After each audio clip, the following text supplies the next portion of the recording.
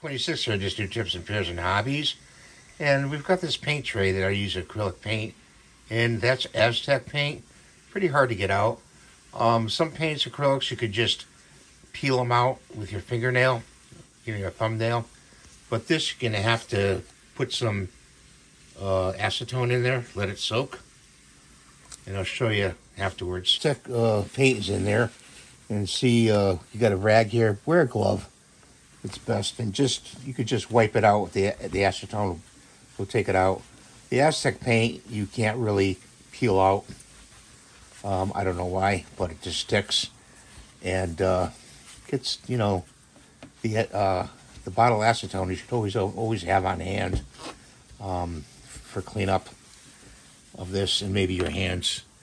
So thanks for watching. Have a great day. Rate and subscribe, and we'll see you in the next video.